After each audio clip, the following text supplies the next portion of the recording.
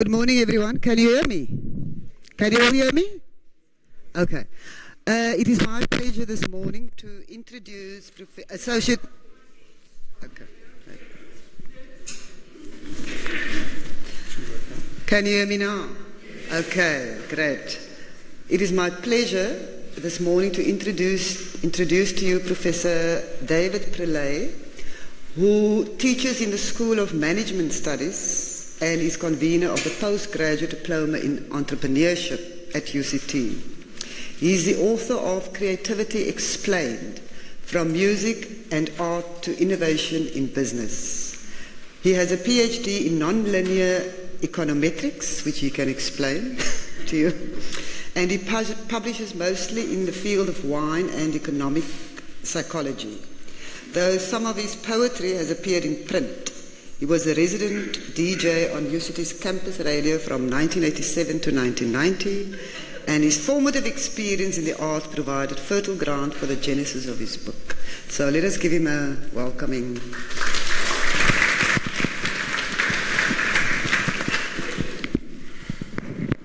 Well, good morning, everybody. It's a fantastic turnout. Thank you so much for making it. I'm hoping this thing doesn't start doing what it can do. Can you all hear me at the back? Fantastic. So, I'm probably the biggest enigma you've ever come across in respect of transdisciplinary chameleon-like behavior. I came from a family of English teachers. My mother was a very talented English teacher. In fact, she taught at UCT and she was tragically killed in the mid-80s. My father was an English teacher at Rondebosch, but his formidable talent was music. He was a very, very talented guitarist, and anything really with strings he could pick up and play pretty intuitively. And the resultant combination really was me, and I don't know if there were any other versions of me because I was an only child. But I grew up with this artistic sensibility. My mother could barely count on one hand, but somehow I had this mathematical ability, and eventually it translated into me going to UCT. I did a BSc majoring in English and geography. You can't do that anymore, by the way. And so I became a DJ at UCT Radio, and I was the resident neo-folkie. So I basically grew up with people like Neil Young, Jackson Browne, Van Morrison, Bob Dylan, Leonard Cohen. And these became my kind of idols as I grew up. And then subsequently, long story short, I ended up at the School of Management Studies teaching entrepreneurship. And what became increasingly clear to me over the years was that most entrepreneurs, as vibrant as they are badly schooled in the ways of creativity. And in fact, their ability to come up with good ideas is pretty shocking. And if you look at the problems of the world today, so many problems beset us, so many huge challenging issues that the world is facing, and yet what we can come up with are these stupid phones. And they get better and better and shinier and smoother and lighter, but they're just phones. This is the sum of technology and Western achievement. I'm skirting a few issues here, but forgive me, give me license. For the last 20 years. And so my beef really is that why have we squandered so much of our talent to give us this? Now, I've actually attacked it the other way around. So what I decided to do, and look at it more and more intensely, was to say, well, if business types are so bad at coming up with good ideas, who does come up with good ideas? And the answer, and I'm seeing some nods in the audience, is of course artists. And that artistry and creativity exceeds and predates capitalism by quite a long chalk. So if we begin to study artistry and the artists and how they went about doing their art, we might be able to glean some insight for the poor business types that are struggling to come up with ideas that are relevant to society today. So that really is the raison d'etre for this. And out of that and various initiatives grew this book called Creativity Explained. And it came out last year. And big punt, it's for sale outside. And if you want to get copies from me today, I've got 7 in my bag, and there'll be more tomorrow if you want to get hold of it. It's been received really widely, well on the local press and TV and so on. But really encapsulated in that is the thinking which I want to present today. So let me just cut to the chase. This kind of describes the architecture of the book. And what I'm talking about is an artistic mindset. And the mindset became increasingly clear to me that these 2 pink issues are basically suffering, and I'll talk about that now. The other part is artistic passion, which I call love. And the other part is artistic grit, which is also resilience. Allied to that, then, as I said in the book, are these disciplines, which are proactivity, practice, perspective, and inspiration, and what I call still water moments, which are pretty much like Zen. And what I try to explain, and I took a grounded theory approach to the extent that all I did was read the literature that was available. And my goodness, was there the most wonderful literature. Obviously, I think Bob Dylan's Chronicles Volume 2 came out in about 15 years ago, followed in 2010 by Keith Richards' autobiography, Life, and then a slew of other books. I think the most brilliant book is Bruce Springsteen's Born to Run. And he's just come off Broadway, and he's in fact released an album which gives the whole insight. And at the preface of his book, he says, I want to give you an insight into the mind of an artist. So these books have been absolutely crucial to the instilling of insight into what has happened. So I haven't smoked this theory up. I've basically taken what exists in anecdotal accounts and in these books and try to give it a framework or an architecture.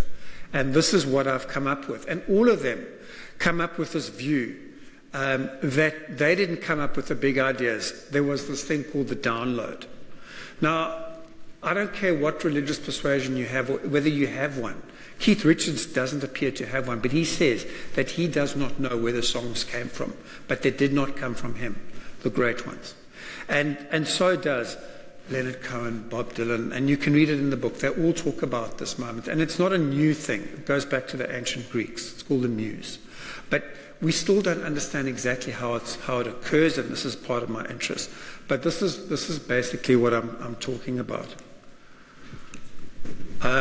Now, if you think that's complicated, I've been doing some subsequent thinking, and I just wanted to show you kind of a bit more about where I'm at with this, and then this will give this talk a better frame. So what I've spoken about is suffering, love, and resilience. And the process of how these things occur from childhood to pre-action, which is really when you decide to launch on whatever creative practice you want to take on, to this thing called action, which is this 10,000 hour story that you probably know about. That if you're a pianist of any stripe, you have to begin the process of learning your craft. And that can take anything up to 10 years. And then this thing of being in action, and this is this question of the download of great ideas, and this non-thinking, and this process of what I call setting the table. And setting the table is this Zen-like thing where you just have to rock up and do it. And if you're lucky, something happens. And if you're not lucky, you just keep writing. You just keep composing. You just keep doing what you're doing. The Zens call it enlightenment, in fact. And the trouble is it's grossly under-researched, but what we have now is a sweet spot of anecdotal account from these various writers who have attempted to describe in their own very narrow way, but when you read all of it, in an aggregate account of what is happening there. And if you look into Eastern philosophy and spirituality, it aligns in very strange and interesting ways with this notion of enlightenment. Zen, it's a kind of a Zen thing. And I know very little about that, and I'm still researching around that. But let's just cut to the chase. So what happens is that from childhood, there's this thing called the exiled child, which leads to the outside. And I'll give this texture shortly, which then creates this process of woundedness. And that means creating from a wound, which leads to things like depression, pathology, type A workaholic behavior, addiction and drugs. And I'm going to talk about that now. If you're lucky, from this process of woundedness comes a profound early connection with whatever you want to do. And this creates 100% commitment. And then we get into this thing about resilience. So this issue of authenticity, hearing no. If you'd been told that your work is shite often enough, most people then just fold up their books and don't do it. But the people with guts and resilience will persist and keep going. And that's what goes on. So the hearing no is crucially important. Then becomes this persistence and proactivity thing, which I spoke about earlier. Artistic freedom, being given the internal license to apply and do whatever you feel is important. Think about Dylan when he went from acoustic to electric, all right, against huge public outcry.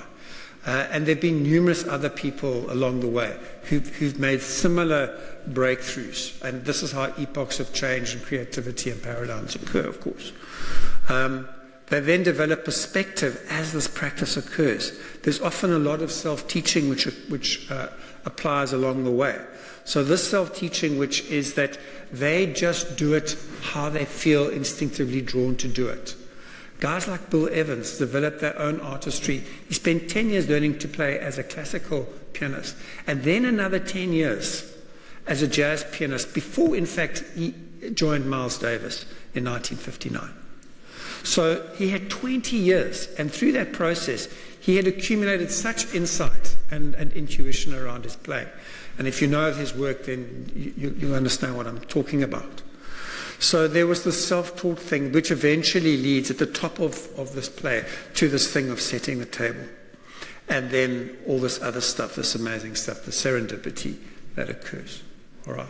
So that's the big picture as I currently see it. So I was quite surprised when the summer school approached me and said, well, look, we'd be very happy if you came and spoke about suffering on one day and then resilience on the other.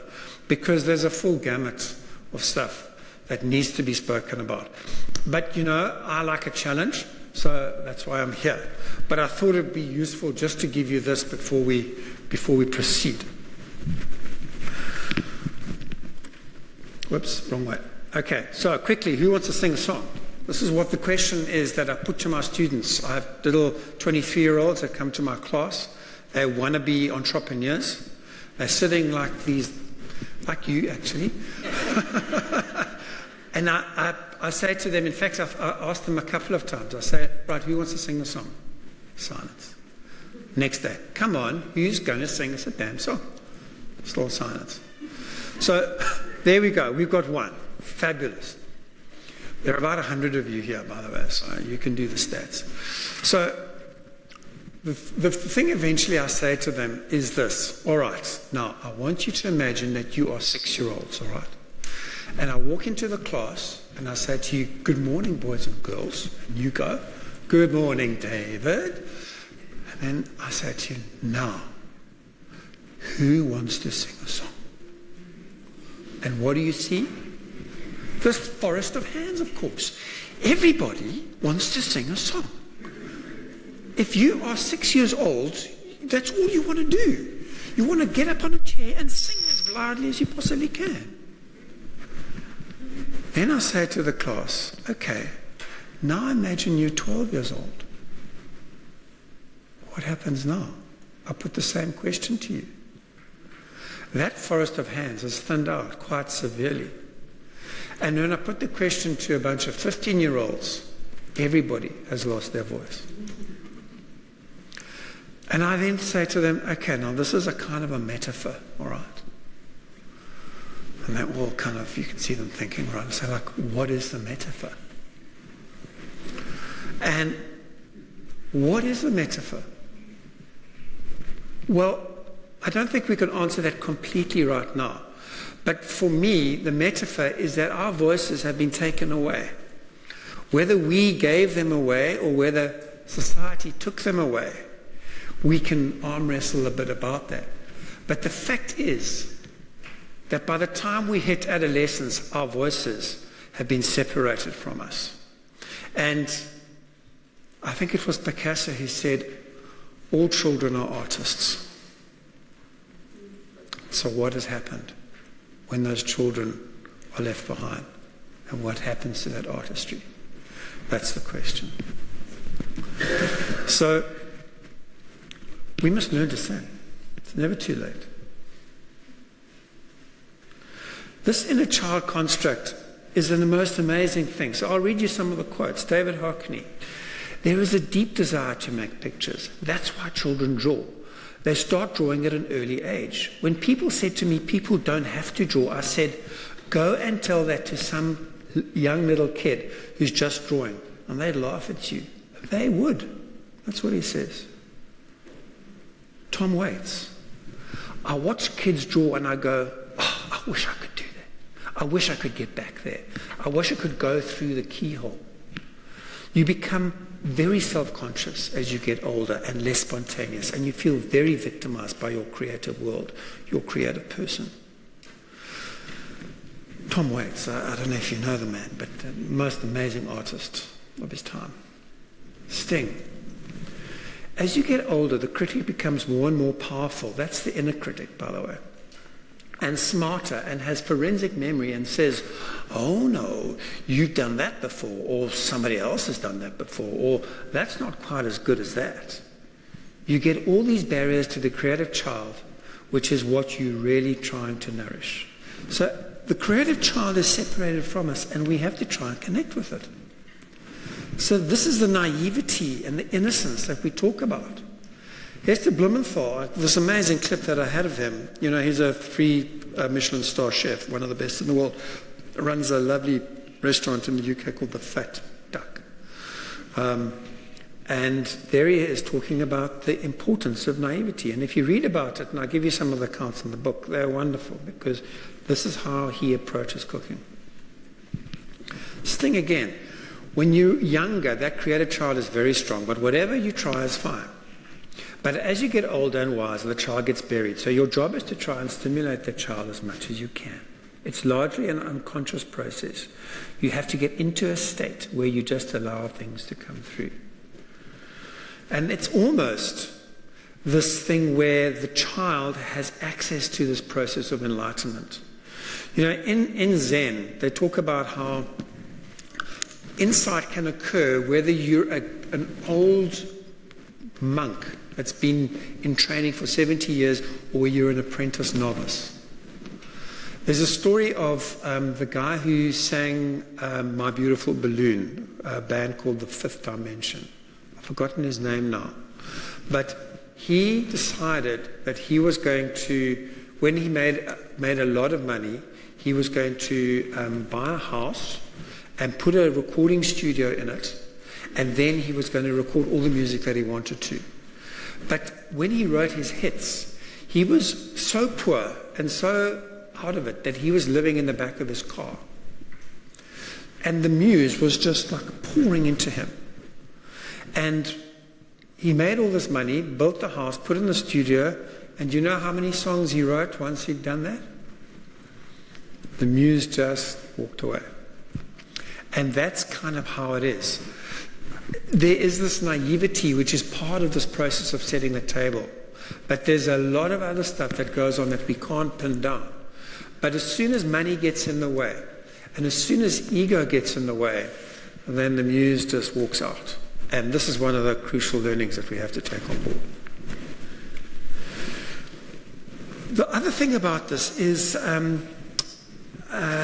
Tom Waits talks about his wife. I don't know if you know that song, I See a Bad Moon Rising. Anyway, there's this line which his wife always thought was, "There's a bathroom on the right." No, it's not that. And I used to make up these things all the time. There was one which is, "Spare him his life from his pork sausages," which is, if you know the Bohemian Rhapsody song, it's "spare him his life from this monstrosity." But I didn't know that. I didn't have access to Google lyrics in those days, and I just had a go. Do you remember when you had a go at lyrics as a child? Figuring out what these lyrics were, and then you discover much later, oh, is that what it was about? Self-teaching. Lester Young, magnificent jazz saxophonist, played it sideways because he knew better. Papa Segolem, who was one of the tragedies of apartheid sport, won the Dutch Open 3 times and the Natal Open 1963 before he was banned because he was not white. He swung the grip, reverse grip, cack-handedly. Now, I don't know if any of you have ever tried to pick up a club and try to hit a ball normally, firstly, and then cack-handedly. It's almost impossible. But he would win championships like that. Obviously, Jackson Pollock approached painting in a completely different way. My painting doesn't come from the easel. I prefer to tack the unstretched canvas to the hard wall of the floor. I need the resistance of a hard surface. On the floor, I'm more at ease and I feel nearer, more part of my painting. So this self-teaching thing, this naive thing, this way of approaching things differently is innovative, and it comes from this childlike disposition. Jackson Pollock was amazing because he became so irritated with people trying to infer meaning from his paintings when he titled them things like Male and Female Cathedral Enchanted Forest. Eventually just gave them bland things like number 1 or number 3, or this one is number 8, by the way, on the right. So this is what he did. Bill Evans similarly would never give the song listing before the concert was over, because he wanted people to listen to the music for what it was. And that is part of this childlike thing of saying, I don't want to have any preconceived notions. I don't want to have the inner critic coming at it. I just want to listen to it unfiltered.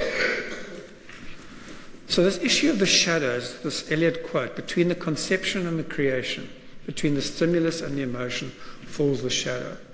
Now, Eliot wasn't like 100% kind of connected with Carl Gustav Jung. But if you understand this term of the shadow, and you understand how the shadow comes in to separate us from our voices, it becomes a crucial construct in understanding this inner suffering thing that begins to happen when we are separated from who we are as creative beings. And there are 3 determinisms: genetic, psychic, and environmental. I don't have the time to go through those, but the book does touch on these. But the shadow has a profound influence on how we are and whether we can connect with our creative spirit in time.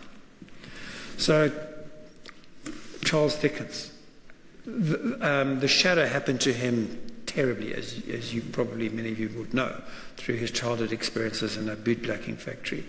But he said, my whole nature was so penetrated by the grief and humiliation that even now, famous and caressed and happy, I wander desolate back to that time in my life. And he wrote accounts in the various books that were almost biographical, really, describing his life. So this then becomes a parable of finding yourself, reconnecting with it. And there's a wonderful metaphor I tell my students about finding the sea. So it goes like this. Once there was a seal who'd lost his purpose and found himself in self-imposed exile, away from the sea next to an uninspiring, muddy hole. A sad excuse for the sea. And when I did a Google search, this is the picture of a seal next to a muddy hole. Now, as I told you before, there were other nights in which he had dreamt of the sea. But those were long ago and nearly forgotten. Even still, the ocean that filled his dreams this night was so beautiful and clear, so vast and deep. It was as if he was seeing it for the very first time. The sunlight glittered on its surface, and he dived. And as he dived, the waters all around him shone like an emerald. If he swam quite deep, it turned into jade, cool and dark and mysterious. But he was never frightened, not at all. For I must tell you that in all his dreams of the sea, he had never before found himself in the company of other sea lions. This night there were many round about him, diving and turning, spinning and twirling. They were playing, Oh, how he hated to be woken from that wonderful dream. The tears running down his face were the first wet thing he had felt in 3 weeks. But he did not pause, even to wipe them away. He did not pause, in fact, for anything at all. He set his face to the east and began to walk as best as a sea lion can. "Oh, where are you going?" asked the tortoise. "I am going to find the sea." And that really is, I think, one of the best parables of trying to reconnect with where we came from. And my understanding of creativity is this garden, what Joni Mitchell called up. We've got to get back to that garden. And that for me is the crucial thing. Now, this was a real surprise for me. But so many of these artists don't create from a place of healing, but from a place of woundedness. So central to this thing is knowing what your wound is and expressing yourself from that. So in other words, what I'm saying is that your suffering becomes a crucible for the expression of what you want to do. So Springsteen said about his father, "I got to thank him, because what could I conceivably have written about without him?"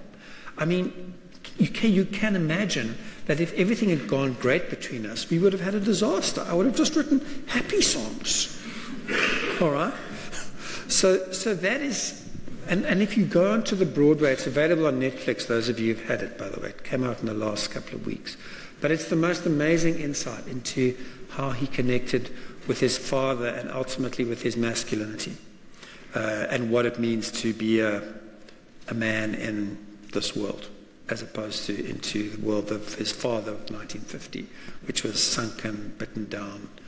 He was actually not only clinically depressed, he was schizophrenic.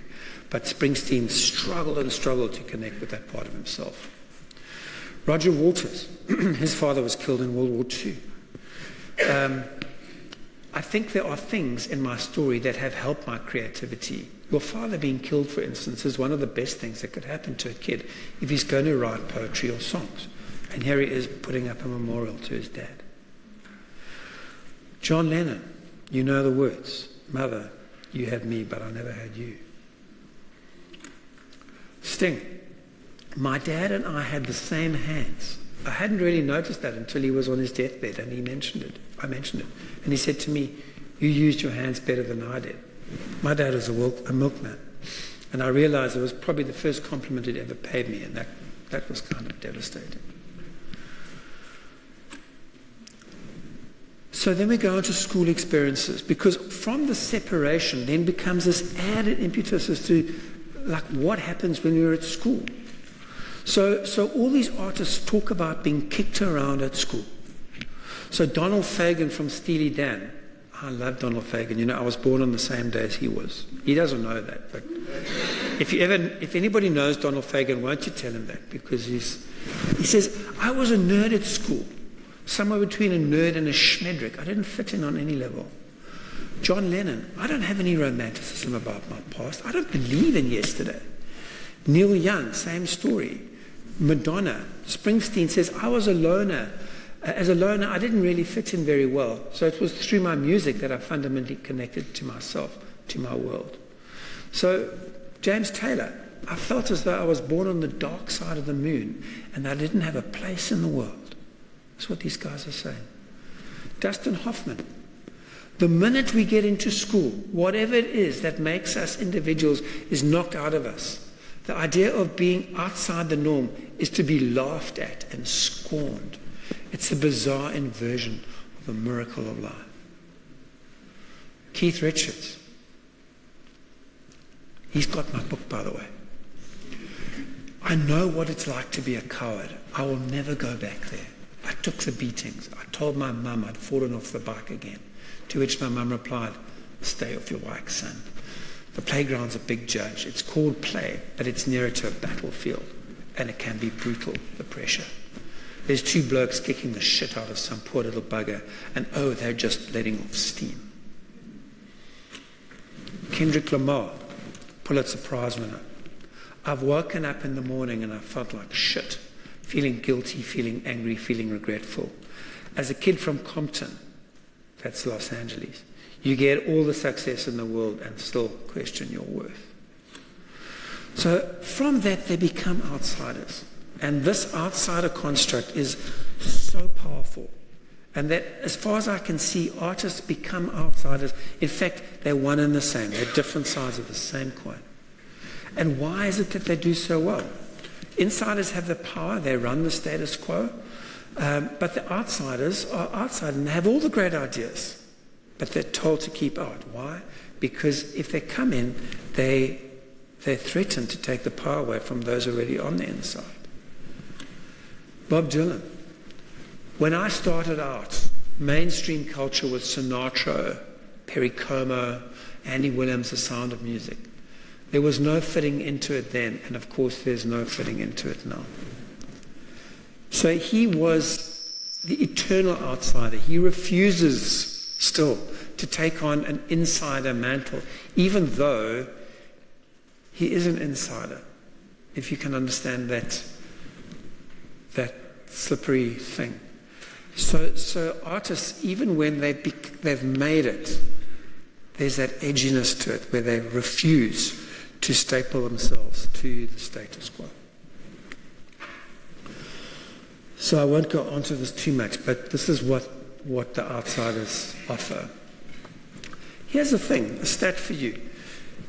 10% of US working population are outsiders, people with strange names. Let's just put it like that for now, all right? 25% of those outsiders are technological population individuals, and those outsiders constitute 50% of all PhDs, cited authors, patent registrations, and Nobel Prize winners. 50%! That is outrageous. And that is the power of outsiders. Nobel Prize winners in America. Like, what happened to the WASPs, you know? Howard Carter, the oddball, he was a self-trained archaeologist, went and discovered Tutankhamun's tomb. But those on the inside, the cognoscenti, just turned their backs on him. And there he is in a middle-class graveyard with absolutely no acknowledgement. We get used to that, that's fine. It's a bomb scare or something. Winston Mancuku.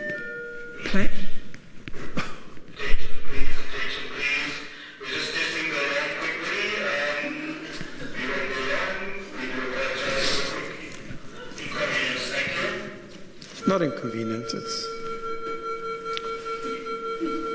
we might have to leave the building in a moment.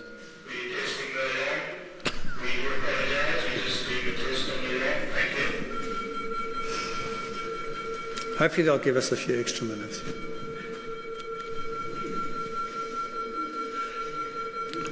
All right, so there he is playing behind a curtain because he was black. All right, that's South African outsider style. Couldn't play in a white audience, so they put him behind a curtain. James Taylor spoke about having difficulty of being in his own skin, and goes back to this behavioral thing of that. Of being in an environment that he was meant to be in 5,000 years ago. If he'd been in a Scandinavian village 5,000 years ago, that would be okay.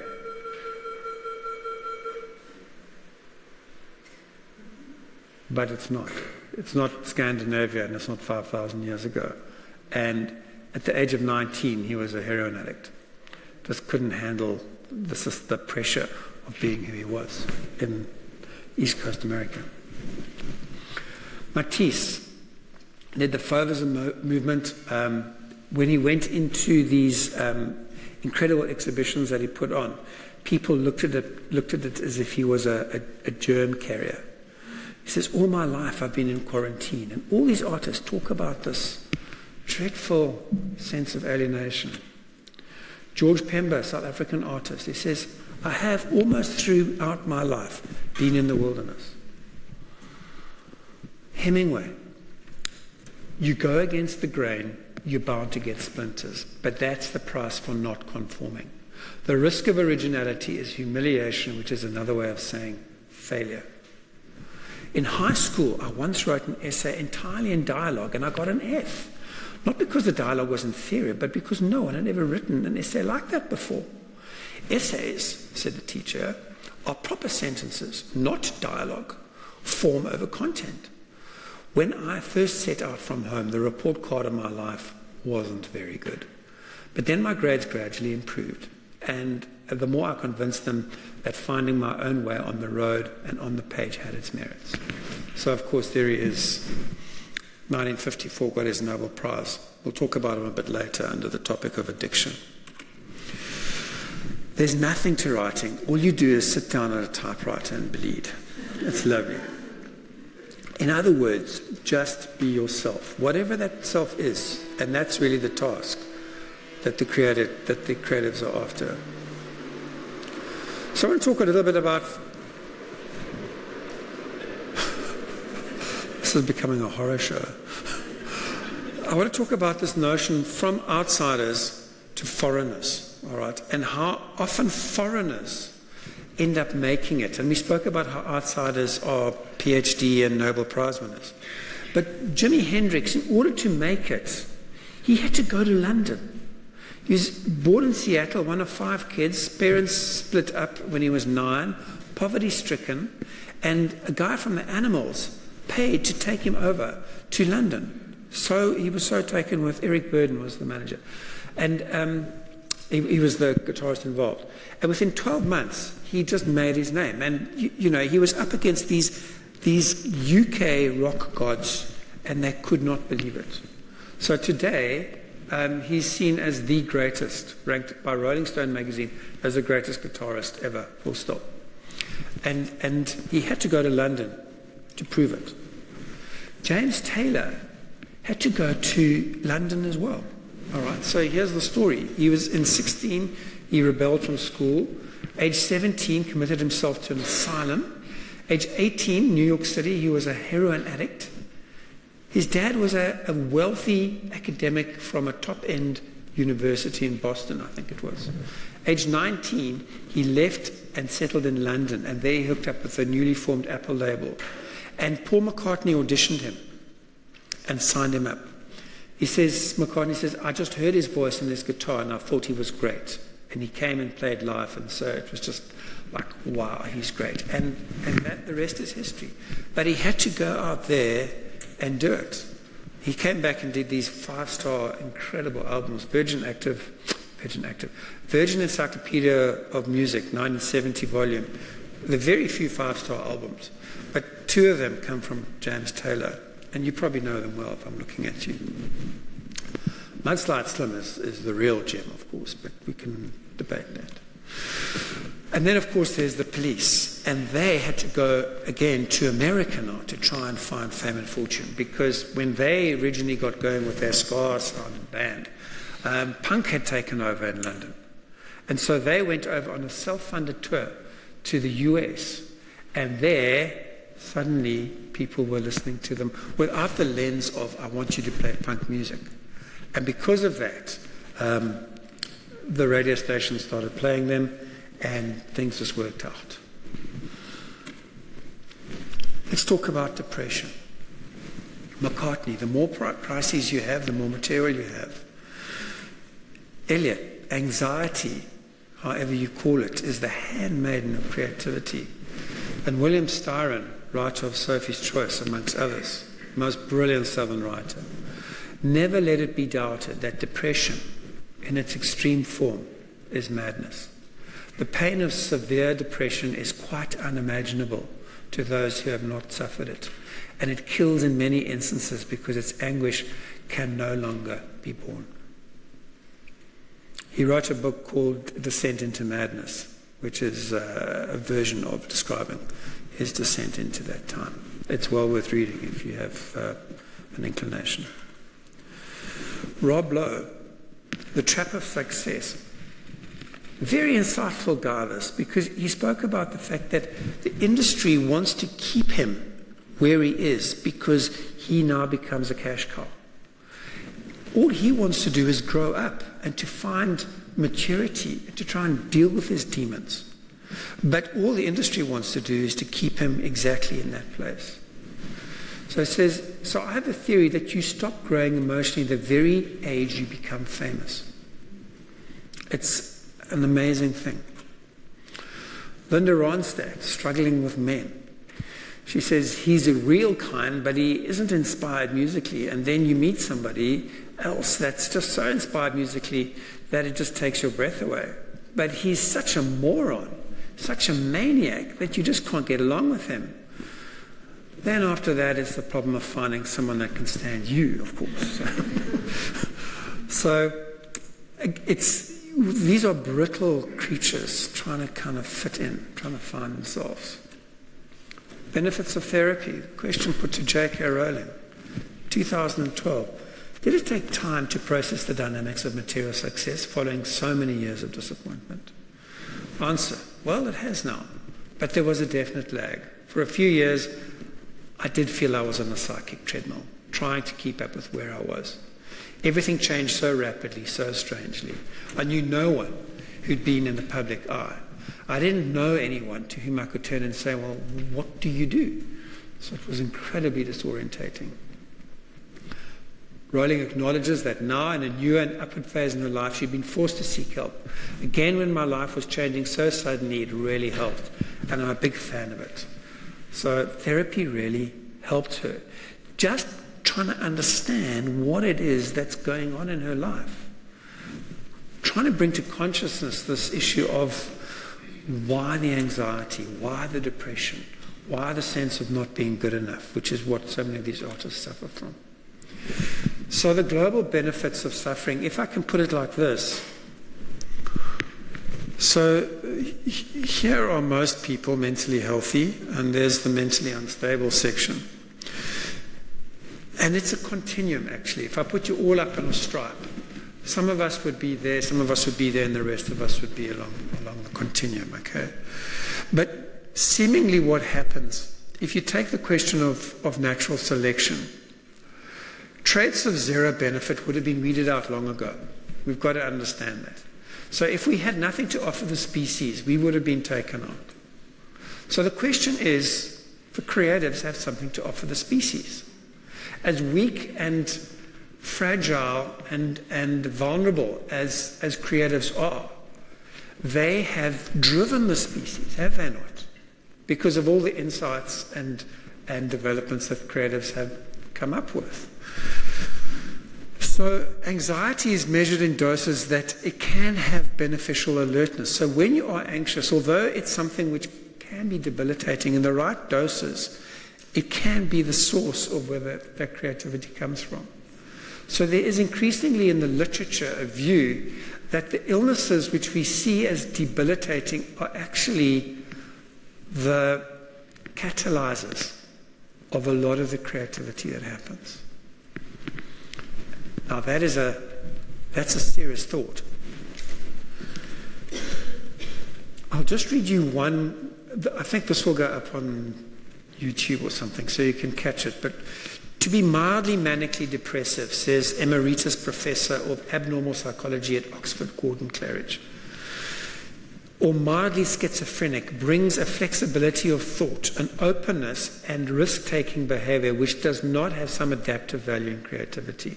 The price paid for having those traits is that some will have mental illness. There is a great deal of evidence to suggest that compared to normal individuals, artists, writers, and creative people in general are both psychologically sicker. That is, they score higher on a wide variety of measures of psychopathology, and are psychologically healthier. For example, they show quite elevated scores of measures of self-confidence and ego strength. So you look at Salvador Dali, who was, would strut around, and incredibly kind of vibrant individual. Mozart's another one, Picasso's another one. So they have this ego strength, but on this other level there's this other stuff that's going on. Most theorists agree that it's not the full-blown illness itself, but milder forms of psychosis that are a root of the association between creativity and madness. The underlying traits linked with mild psychosis enhance creative ability. In severe forms, they are debilitating. So if we look at creative illness, schizophrenia and traits are mostly autistic, and so is kind of bipolar, manic depression, and lighter versions of that. Then autism and Asperger's is mathematical in many ways. And you can see I've listed some of the situations and the people responsible for that. And this research is ongoing, but the problem that we have is that we, other than biographical accounts, we can't say, was Leonardo da Vinci manic depressive or schizophrenic, or was Shakespeare this or that? We just have to intuit, and intuition is not really helpful. The amount of intuitive diagnoses that were applied to Vincent van Gogh are like 115. It doesn't help us. So all we can say is that we have to deal with the creative people around us now and try and test for these things. But we can't treat them like guinea pigs. So we've got to find sensitive, proper ways of doing these things. But I love that Dylan quote, don't you? Pain sure brings out the best in people, doesn't it? And I think he wrote that straight after Blood on the Tracks, 1975. So emotional maturity, I'm aware of time, so I'm just trying to move on. But Jung said that we can't write out of our own personal idiosyncrasies. We have to write from a higher, more elevated status. And that is then the search for emotional maturity. And to be emotionally mature is not easy, because you've got to have a plan to get on with it. And being famous means it's not easy because of all the bait that's out there when you're famous. Everybody just wants to keep you where you are, you know. Sex and drugs and rock and roll is not, it's what it is. So you've got to be able to deal with yourself and your demons if you want to get further than your own 15 minutes. Donald Fagen, there's the guy looking intensely at you. 10th of January, by the way. In Steely Dan, we were very arrogant kids, and when life starts to kick you around, you have to swallow your pride. By the end of making Gaucho in 1980, I think before Walter Becker and I were down and depressed, and both of us really had to make changes. I've experienced numb periods in my life, for sure, and I'm an emotional person, and I think that for that reason maybe I'm a little guarded. I feel a lot happier now, but I still keep my therapist busy. So there he is. But Mike Tyson is the best. Everyone has a plan till they get punched in the mouth.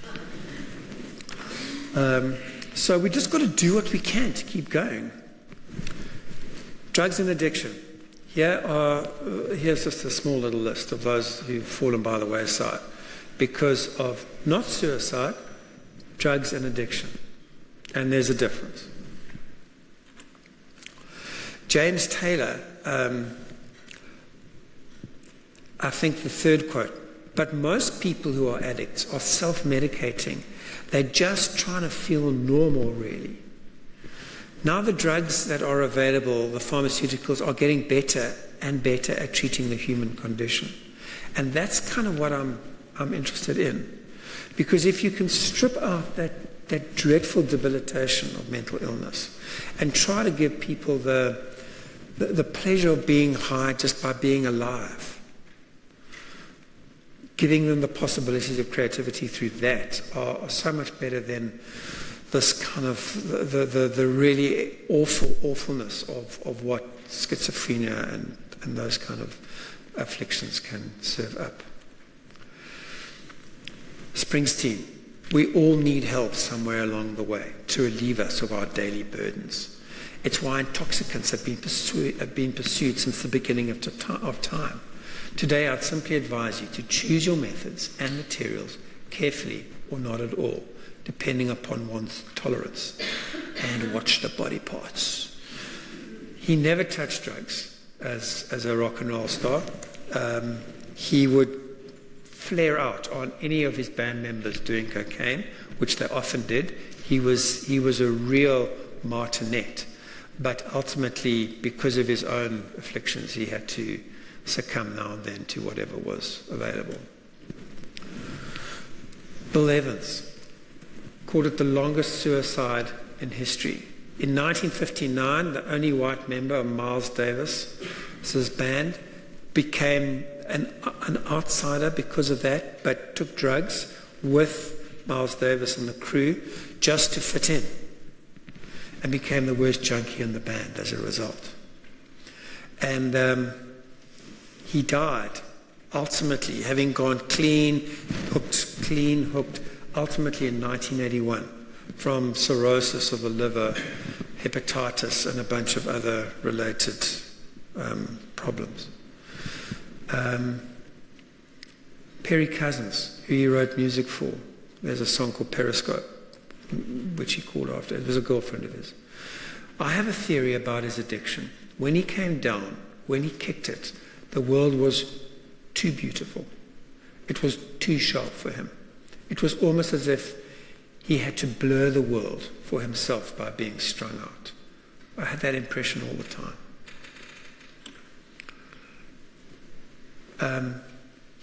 Stuff that happened to him, the needle stick injuries were so bad that he could only play with his left hand at one point. With his left hand and some virtuoso pedaling, he was able to maintain harmonic interest because his right hand was numb from what was going on. In morbid fascination, pianists dropped by to witness this phenomena. He would dangle his right hand over the keyboard and drop his forefinger on the keys, using the weight of his hand to depress them.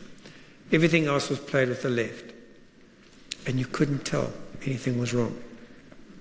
And he made his greatest music at the Village Vanguard, New York City. And there's me standing there in homage a couple of years ago.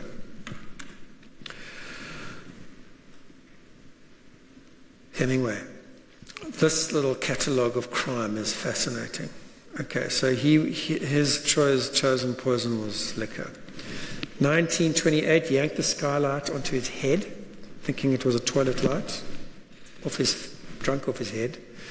9 stitches. 35, shot himself in the leg. Broke toe while kicking at a gate lock. Smashed foot through a mirror. Rammed car into water tank, concussed. Leapt from motorbike into ditch, concussed. Drove vehicle into ditch, sent wife through windscreen. Sprained shoulder in car accident. Tore ankle ligaments while climbing a fence. 1959, well, death is just another whore. 1959, another car accident, and then he blew off his head with his favorite shotgun that belonged to his dad. He was in a bad way. But my goodness, could he write? And I cite Hemingway and Evans in the book as kind of vignettes, case studies of addiction. And why they do it, how they try to free themselves of it, and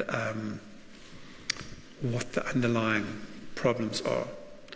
And all I've done is try to observe, and there are much brighter people at